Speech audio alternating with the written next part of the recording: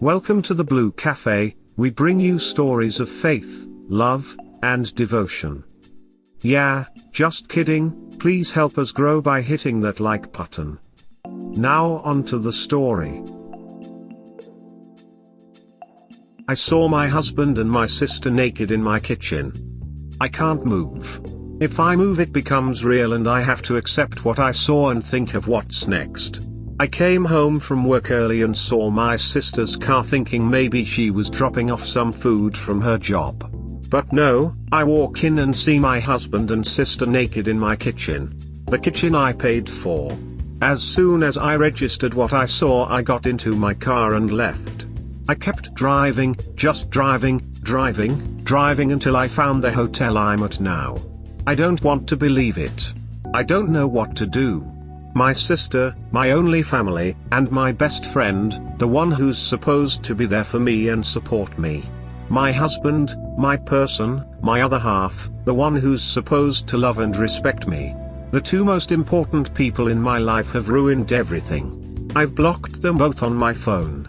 I don't want to hear any of the bullshit excuses they'll come up. I don't want to confront this. I want to go back to this morning when everything was fine. Unblock them and just let their calls go to voicemail. Turn the ringer off for each of them in your contacts. That way you can get recorded proof of their apologies and excuses via voicemail. You may need that type of proof for your divorce.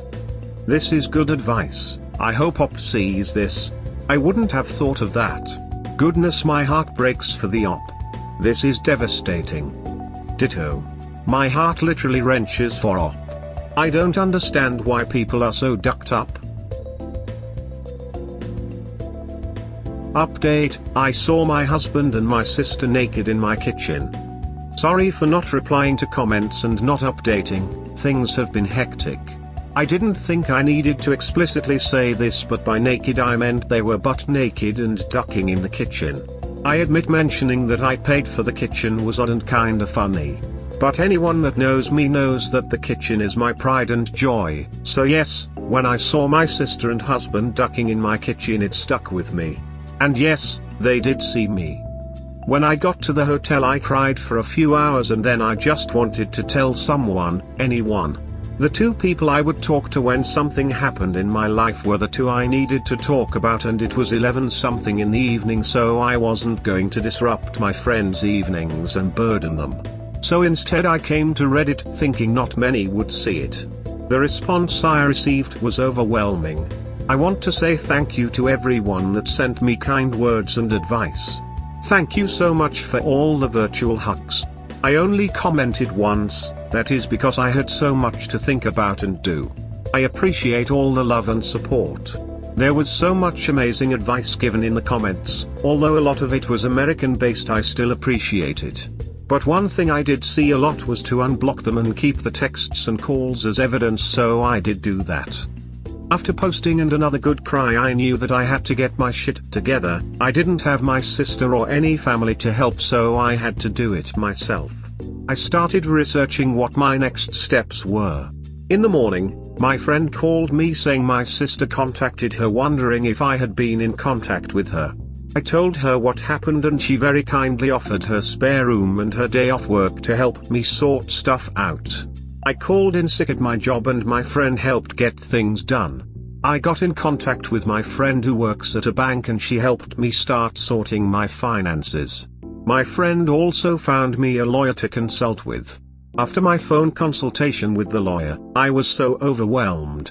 I now know why so many women don't divorce their cheating husbands. It's such a lengthy, expensive, and emotionally draining process. I, fortunately, make a stable income and can support myself, and we, fortunately, don't have kids. I have to remember that things aren't going to happen in one day. It will all take time. As for the house, unfortunately, his parents bought it for us, and to be honest, after what I saw, I don't want it. I will try to get reimbursed for my beloved kitchen, otherwise, it can burn for all I care. This has been super draining, but I knew I had to talk to them. I already knew there was no coming back for my husband, and when I checked his messages they said exactly what I thought they would say. I'm sorry. It's not what it looks like. We didn't mean for it to happen. Please come home. I love you. Blah blah blah. Just absolute bullshit. A small part of me thought maybe I could find it in me to forgive my sister as we only have each other. But after I opened her messages all hope was lost. She used the same excuses we heard our father use when he cheated on our mother and beat us. She said the same things our mother would say when she would excuse our dad's behavior and also beat us. I spoke to her this morning and asked her to tell me straight up who, what, where, when, and why. She told me back in July when I went on a girls' trip she was at our house and joked to my husband that I would cheat on him on the girls' trip because that's what always happens. He said nah, and they joked about it, but she said he could get even with me and they ended up doing it once. One time lead to 2 to 3, then to whenever they could do it. There was never any evidence or signs or anything that I was going to or even thinking of cheating. I told her we were done and there is nothing she could do to bring us back together. I later received a call from an unknown number. It was my mother, who I haven't spoken to in 7 years. Turns out my sister has been in contact with her and told her what had happened, and my pa's mother, the same woman who beat me for breathing wrong, had the audacity to say this is what I get for taking her daughters away from her. It hurts so much. I know things are going to get messier and this is going to be a long few years. I've now lost all my blood relations. I need to get all my shit and find a new place. I want to show them that I can and I will thrive without them. Again, thank you all from the bottom of my heart for all the love and advice. And to all the people in the comments that could relate to me, I'm so sorry, heart. I'm very proud of you for taking charge and standing up for yourself. I know it's very hard, but you got this. You will get through this. Thank you for your kind words. It's pretty hard losing the only family I had, but I'm trying so hard to stay optimistic. Betrayal like this is devastating. It will be long and hard and draining, but I will make it. Duck them. Family is more than blood. You happen to have some amazing friends, keep them. You can do it and you will make it through this. Your sister basically instigated the whole thing and you had best believe this was very intentional on her part. She waited until you were gone, then went round to your husband and told him you would cheat on him, and he was stupid enough to along with it. I'm not condoning your husband at all, he is definitely trash, but your sister is definitely the worst here. You sound like you have great friends around you, and I hope you can get in for some therapy, as well as this level of betrayal is huge and devastating.